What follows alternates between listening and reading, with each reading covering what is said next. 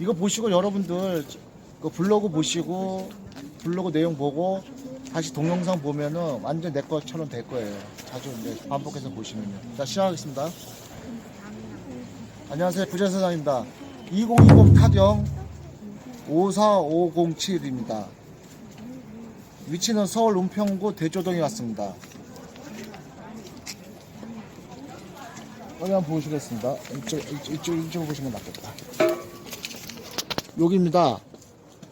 불광역 있죠? 불광역 쪽에 와 있습니다. 연신내 쪽 있죠? 우리 연신내 쪽에서 왔는데 연신내가 지나가는 트리플 역세권이 되는 거죠. 여기는 불광역은 6호선이 지나가는 역이죠. 6호선도 있고 3호선도 있고 더블 역세권입니다. 여기가 한강이고 요 전체 라인이 은평구 라인이고 요쪽 일산, 요쪽이 서대문구, 요 밑에 쪽이 마포구, 이 건너편이 강서구고요. 물건의 종류가 우리 상가를 보러 나왔습니다. 상가인데 이상했죠? 좀 전에 봤을 때. 물건의 종류 근린 상가고요. 면적은 건물 면적이 12.57평 전용이. 그리고 대지권은 3평이 되겠습니다. 건물과 토지가 전부가 나왔고요. 소유자 및 채무자가 같습니다. 한 사람이고요. 채권자는 문땡땡씨인데 문땡땡씨가 경매 신청권자가 임차권 등기자예요. 임차권 등기를 해놓고 다른 데로 이사가 가면서 돈을 달라고 경매를 신청한 사건입니다. 최초 감정가가 2억 100에 나와가지고 14번 유찰이 됐어요. 그 중에서 한 번 낙찰이 또 한 번 낙찰도 됐어요. 낙찰이 돼가지고 1억 4,400에 중간에 5차 때 낙찰이 돼가지고 1억 4,400에 낙찰 받은 사람이 돈을 안 냈어요. 미납을 했어요. 미납한 사유는 본인이 판단했을 때 잘못 받았다고 판단돼가지고 미납을 한 사건으로 보입니다. 지금 최초 감정가 대입이 9% 떨어졌어요. 9%까지. 10%도 안 되는 가격까지 나왔습니다. 감정 가격 시점은 2020년 8월 14일이에요. 2020년도니까 지금보다 약 2년 반 전에 감정을 한 가격입니다. 전체 층수는 한번 보시죠. 총 14층입니다. 14층 중에서 여기 2층인가 여기 왼쪽에 보시면 저기 장범창 있는 데가 우리가 해당 근린 상가가 됐습니다. 이 건물은 2014년도에 보존 등기가 됐습니다. 약 8년에서 9년 된 연식이 되겠습니다. 임차인이 전입과 계약 인도 전입에 다 말소기준 권리보다 위에 있어가지고 이 상태에서 본인이 다른 데 이사를 가기 위해서 임차권 등기를 하고 경매를 신청한 내용이죠. 임차권 등기를 왜 하나요? 돈 받으려고 하죠. 근데 주인이 돈을 안 줘. 그럼 본인은 이사는 가야 돼. 뭐 사업을 하든지 뭐 직장 때문에 가든지 이사를 해야 돼. 이사를 가게 되면은 점유가 빠지죠. 점유가 빠지면은 어떻게 돼요? 대항력이 이러기 때문에 그 대항력을 유지하기 위해서 임차권 등기를 하는 겁니다. 임차권 등기를 할 때 조건이 있어요. 계약 기간이 만료가 돼야 돼요. 만료가 된 다음에 법원에 가서 등기소에 가서 나 임차권 등기하러 왔다. 집주인한테 허락을 받고 가야겠죠? 아니요. 아닙니다. 임차권 등기는 집주인하고 상관이 없습니다. 세입자 단독을 가서 가능한 겁니다. 등기. 임차권 등기는 어디에 나와요? 을구. 등기부 등본에 을구에 나와요. 을구에. 무슨 권이죠. 소유권만 갑부에 나오고 나머지 무슨 권은 어디에 나온다 했습니까? 을구에 나온다 했습니다. 을구에 임차권 등기가 등재가 돼요. 그 다음에 이사를 가셔야 돼요. 그 전에 이사를 가시면 안 됩니다. 임차권 등기가 된 다음에 이사를 가셔야 돼요. 안 되면 절대 이사 가시면 안 돼요. 왜? 거기에 딱 등재가 안 되면은 아직도 진행 중이기 때문에 안 될 수도 있어요. 잘못될 수도 있으니까 반드시 등기부 등본에 내가 한 임차권 등기가 돼 있구나. 그 다음에 점유를 빼셔야 됩니다. 매각물건 명세서입니다. 매각물건 명세서에 보시면은 2020년 7월 29일 날에 강제 경매 개시 결정입니다. 그 문땡땡 씨는 현재 임차권 등기를 했기 때문에 이 사람은 대항력이 있습니다. 그래서 이 부분에 대해서 현재 1억 5천하고 1억 8천, 1차에 1억 5천 있고 2차가 1억 8천인데 다행히 이분은 1억 5천이나 1억 8천이나 그 2차 때도 다행히 그 말소기전 권리 그 등기 이전에 한 거예요. 다행히. 여러분들 여기서 추가 계약하는 거 있죠. 증액 계약하는 거. 반드시 우리는 조심해야 돼요. 당초에 1억 5천에 이분은 1억 5천에 들어왔어. 3천만 원 증액을 해줄 때 방법이 두 가지가 있습니다. 3천만 원 증액을 그 차액분만 추가 계약을 하느냐 또는 전체로 추가 계약을 하느냐. 전자는 그나마 안전해요. 만약에 내가 그 이전에 다른 근저당이라든지 그런 게 없으면은 근데 우리가 1차를 받고 나서 2차로 추가 계약을 할 때 3천만 원 증액을 할 때 그 사이에 근저당이 만약에 설정이 돼 있으면은 다시 2차로 전체로 계약을 하잖아요. 그럴 때는 보호를 못 받아요. 그래서 반드시 추가 계약을 할 때는 그 차액분만 계약을 하셔야 됩니다. 이 부분은 임차인들이 반드시 알아야 될 상황이에요. 전체로 다시 추가 계약을 한다, 전체 계약을 다시 한다 했을 때는 근저당권자가 앞에 설정이 먼저 돼버리기 때문에 그분은 계약 인도 전입에 계약서가 늦게 되는 거예요. 그래서 제가 항상 말씀드리죠. 계약서하고 전입 날짜 중에 두 가지 다 만족을 해야 된다고. 근데 계약서가 이런 경우는 계약서가 다시 계약이 되기 때문에 이분은 보호를 못 받습니다. 따라서 우리는 보호를 안전하게 받기 위해서는 그 차액분 있죠. 차액분만 다시 계약하는 식으로 가야지 전체적으로 계약을 하면 이런 부분 위험할 수가 있습니다. 그 사이에 어떤 권리가 들어올 수가 있으니까 그런 부분은 반드시 우리가 확인해보고 차액분만 계약을 하도록 해야겠습니다. 그리고 이 매각 물건 명세서에 보면 이 특징 중에 하나가 이분이 배당 요구를 안 했어요. 임차권 등기자가 소액 임차인도 배당 요구를 해야지 돈을 받을 수가 있죠. 여기서 임차권 등기자는 배당 요구를 안 해도 돼요.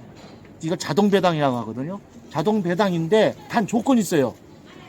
경매 개시 결정 이내에 임차권 등기가 들어가 있어야 돼요. 그렇게 됐을 때 왜 자동 배당 안 해도 되느냐? 법원에서 판단을 해요. 법원 관계자가 경매 개시 결정 이전에 이건 등기가 돼 있잖아요. 임차권. 그래서 이분은 배당 신청을 해도 돼. 그래서 임차권 등기가 제대로 했으면은 경매 개시 결정 이전에 등기도 돼 있고 제대로 돼 있으면은 이분은 자동 배당이기 때문에 배당에 대해서는 배당 신고에 대해서는 신경 안 써도 됩니다. 이 사건 같은 경우도 마찬가지입니다. 배당 요구를 안 했어요. 배당 요구를 안 해도 자동 배당이 되는 겁니다. 매각 물건 명세서에 보시면은 그 재매각이기 때문에 입찰 보증금이 20%를 내야 된다고 써 있습니다. 그래서 여러분들 입찰 보증금 요거는 주의하셔야 됩니다. 여기서 이제 우리가 또 하나 중요한 거는 우리가 근린상가에 왔거든요. 근린상가에 왔는데 이 사람이 임청이 나갔어. 임차권 등기를 했어. 주거용으로 하고 나간 거예요. 그러면 우리는 이게 과연 이 사람이 법적으로 보호를 받을 수 있는지 없는지 궁금하잖아요. 해당 건물이 상가건 주거용이든 공장이든 현황과 안 맞게 해도 공부상을 안 맞게 해도 법적으로 다 보호를 받습니다. 단지 집 주인, 이 건물의 주인은 위반 건축물로서 이행강제금 내게 되죠. 다른 용도로 사용했을 때는 그 부분만 다루는 거기 때문에 임차인에 대해서는 전혀 해당 건물의 용도하고 건축물 용도하고 왜 안 맞아 그런 거는 절대 고민할 필요가 없습니다. 다 보호를 받기 때문에 이 부분은 우리가 반드시 다른 해당 종류의 결이 안 맞는 사람이 이용하고 있었어. 거기에 대해서는 반대로 생각하시면 안 됩니다. 그 부분은 다 보호를 받습니다.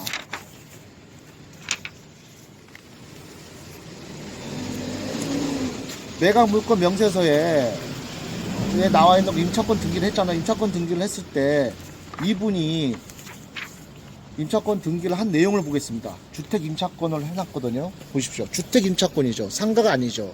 주택용을 해놓은 거예요. 주택용을 해놔도 법원은 다 받아들여 준다. 아무 이상이 없다 이거죠. 이분이 보십시오. 1억 5천인데 2차는 1억 8천을 해놨어.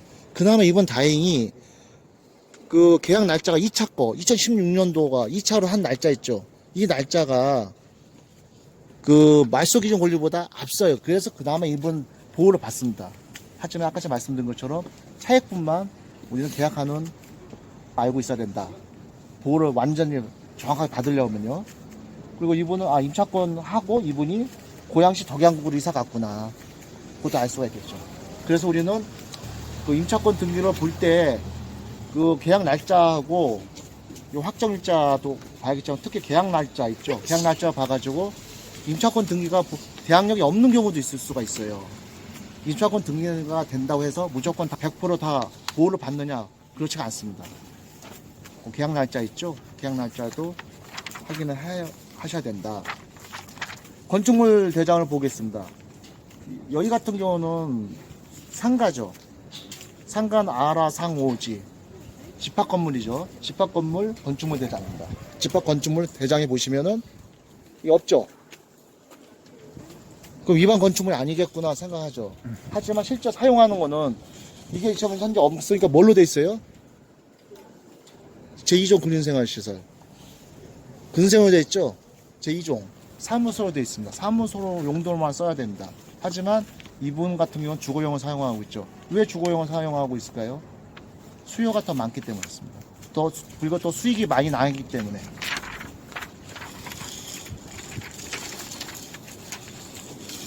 건물 구조도를 보겠습니다. 2층이죠. 이렇게 보시면 됩니다.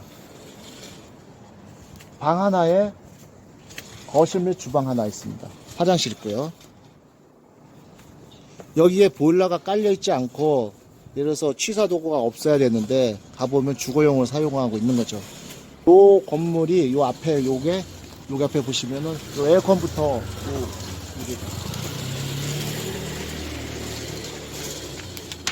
이동하도록 하겠습니다. 여기 보시면 202호거든요. 우편물이 많죠. 많이 쌓여있죠. 여기 보시게 되면은 문 땡땡씨가 있죠. 이사를 갔는데 계속 우편물이 오고 있는 상황이에요.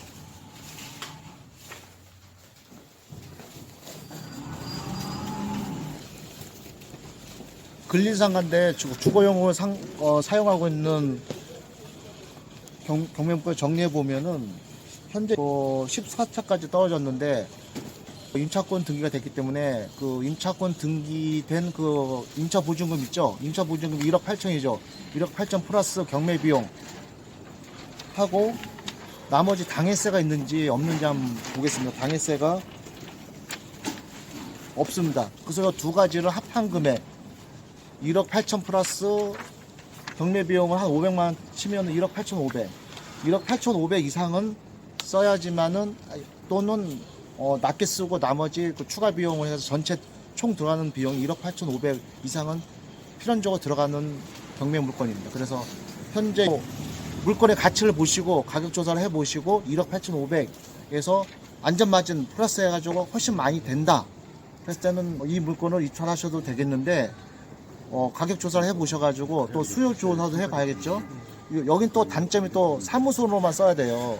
주거용을 쓰게 되면은 나중에 이행강제금이 나올 수가 있으니까 이런 두 가지를 감안해서 입찰토록 하면 되겠습니다. 이상으로 해당 경매 물건을 마치도록 하겠습니다.